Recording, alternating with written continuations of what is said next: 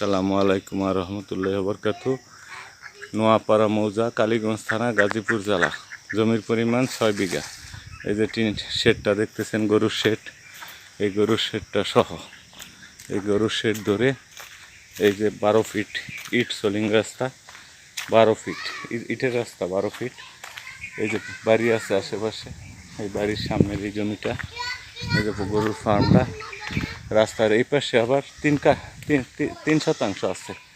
ওই যে পিলারটা বাইকের কাছে, এই যে পিলার, এই পিলার ধরে ওই যে লিচি গাছটা সহ, লিচি গাছের পিছনে একটা বিশাল পিলার আছে, পিলার করা। ওই যে পিলার, এই পিলার ধরে এদিকটা এই যে গরুর ফার্ম, পুরা গরুর ফার্ম শেডটা ধরে এই যে বড় বড় লিচি গাছ আছে, আম গাছ আছে, কাঁঠাল গাছ আছে, অনেক দামি দামি ফলজ গাছ। চালা জমি সমান সমান চালা জমি, 4 বিঘা চালা জমি সমান, আর 2 বিঘা পুকুর করা।